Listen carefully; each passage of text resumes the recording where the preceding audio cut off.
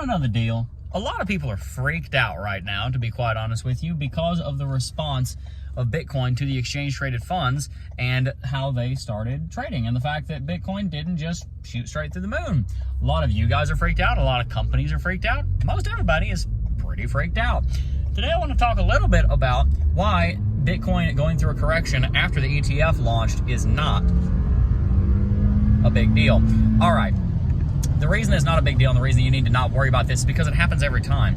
Every time that Bitcoin has a huge launch from a traditional financial institution or any kind of thing in TradFi, Bitcoin goes through a massive drop. We saw the same thing happen when the Bitcoin CME futures launched on, what was it, December 16th, 2017. Bitcoin went through a massive crash from $20,000 eventually down to $3,000. And within a month, Bitcoin dropped to $11,000. Fast forward to April 14th, /15th, Coinbase stock launches in 2021. Bitcoin would go on to drop from $65,000, which by the way was an all-time high. Both of these were on the day of an all-time high. And Bitcoin would drop $25,000 down to 40. In fact, it would drop even lower than that. Fast forward to the exchange-traded funds getting approved. Bitcoin jumps a few $1,000s, then crashes. Why? Well, the entire duration of the 2016-17 bull market, we were looking forward to the Bitcoin futures launching, and they did. By the time you finally got regulatory approval and the thing started trading, you ended up having a massive crash because the time that it took to get the thing approved in the first place was long enough to have an entire bull market. Same thing happened in 2021, when we had the Coinbase stock launch. There was a lot of bullishness going on around that time. You had the massive amount of quantitative easing, $5 trillion of money put into the United States dollar by the Fed. You had zero interest rates. You had, in some places in Europe, negative interest rates. You could borrow money and get paid to borrow the money. Think about that. That is ridiculous. But of course people were borrowing money and putting it into investments. You borrow the money and get paid to borrow the money. And then you turn around and make money on the investment itself because everything's moonshot and because the money supply is so easy. It's easy money. You also have Michael Saylor getting 500 of the world's most powerful executives around a table together. Of course you're going to see a massive bull market. By the time you finally get approval for something like a Coinbase stock, you end up seeing that the all-time high has already been hit. It stands to reason that the same thing would happen when the ETF launched. The ETF launched, and we had seen 4 months of anticipation, almost exactly 120 days of rally. Bitcoin rallied $24,000. It doubled in price, 96% movement. And of course, so when it started trading, we saw a huge amount of transaction volume, billions of dollars within the first day. Grayscale, BlackRock, Fidelity came and led the charge, and everybody freaked out because the ETF launched, and now what? So ever since then, we've had a 20% drop down to $38,000, which was always where Bitcoin was going to go. There was a Bitcoin CME futures gap, and we 98 out of 100 times fill CME futures gaps. There's a CME futures gap down around 38 to 39 because we blasted through 40 so fast. So of course we were always going to fill the $40,000, 38,700, wherever it was, CME futures gap right below 40. We filled it. Bitcoin is technically still bearish, and technically there are some, well, knock on wood, technicals that point us back down towards 35, and I think that there's a better than not chance that that's going to occur. But at the end of the day, the thing that I want you guys to remember is that Bitcoin is still one of the most powerful financial innovations in the history of humankind. And so when you have that level of revolution going on, it's going to be worth money. Bitcoin is going to do well, and everybody's talking about it. The halving's coming up. I just got off the phone with one of our sales guys, Malachi. Shout out to him. And he's talking about all the people at a university. 4 years ago, they were not talking about Bitcoin. We had a Bitcoin exchange. We had the halving take place. Everybody thought it was a joke. You brought it up in a college campus. Everybody scoffed at the idea of Bitcoin over in quote unquote intellectia.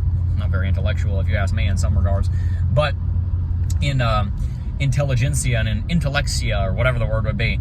People scoffed at Bitcoin 4 years ago. Now everybody's like, oh, the halving's coming up. The halving's coming up. Oh my goodness, guys, we've got to buy some Bitcoin. The halving's coming up so we can buy that blue Corvette C4 that just passed me. That's why we need to buy Bitcoin, so we can go buy that antique car.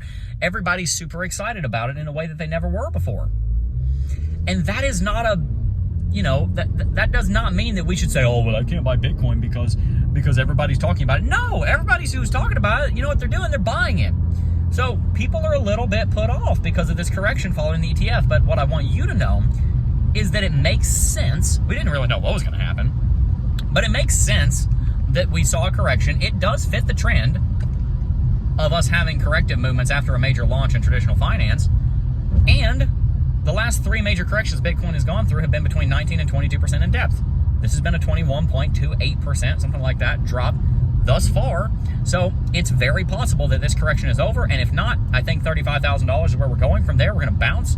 And you know what's going to happen? The halving's going to come, and you're going to see a huge rally. And around the same time, you're going to see stock market going further into all-time highs. It's already in all-time highs. Go further into all-time highs. Interest rates are going to start to come down because we're probably going to see our first drop on interest rates here in just the next few meetings. And Bitcoin's going to absolutely explode. Our price target has been $100,000 for Bitcoin in quarter 3 for the last month or so. We correctly anticipated that Bitcoin would be trading between $35,000 and $50,000 by the end of 2023, and now we're forecasting 100K between the end of August to the end of October. That's where I think we're going to be, and those are the reasons I think we're going to be there. Just a quick recap.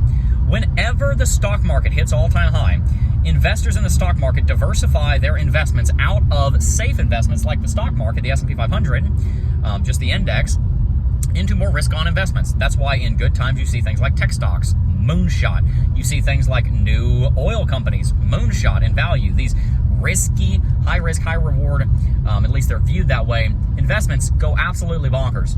Bitcoin and cryptocurrency are seen as like a subset of the tech sector, which is high risk, high reward. And so when the stock market's at all-time high, people put money into Bitcoin because their stocks are performing well, so why not throw some in Bitcoin? By the way, the halving's coming up. By the way, we just had 11 ETFs launch on the same day. That's the first time that's ever happened in all of history, in the United States anyway. And so it stands to reason that you would see a massive rally on Bitcoin over the course of the coming years. It's an easy sell. You've got certified financial planners, CFPs, you've got all kinds of investment advisors, registered RIAs, registered investment advisors that are now pushing Bitcoin in a way that they never have before because of the ETFs bringing legitimacy to the space. And you have the fact that the interest rates are about to go down, which leads even more investment into risk-on assets and into risk-on markets. You're about to see one of the biggest explosions in the price of Bitcoin that we have ever seen. So while, yes, I do have to stay on the side of, I think we're still technically bearish over the course of the next week or two, you extrapolate out, Bitcoin's going to 100K, and it's going there sooner than many people might think. So if you have not loaded up on your Bitcoin yet, if you've not loaded up on altcoins yet, this correction where everybody's kind of hesitating and thinking, oh my goodness, is the bull market not coming because we had a little tiny expected drop from the ETFs launching? No, you shouldn't be worried about it. The altcoins are going to perform very well. Bitcoin's going to perform very well. So what I want you to do, if you haven't done it already, when you leave this video, go get on an exchange, set up dollar cost averaging, and buy something every week. Make sure at least one of those somethings is Bitcoin. Buy something every week. Buy $100 every week, $200 every week, $1,000 every week, $5 every week. Don't care. Buy something you can afford to lose, and you wouldn't pull your hair out if you did. You might pull some out, but you wouldn't be bankrupt if you did. And get exposure, because a bull market's coming and life-changing wealth is about to be generated by the few who apply wisdom to cryptocurrency, and you can be one of them. Subscribe to the channel if you have not already, and continue to watch our content, because I'm going to show you how to make millions in this coming bull market, and I would love if all of you came along for the ride with me. Peace.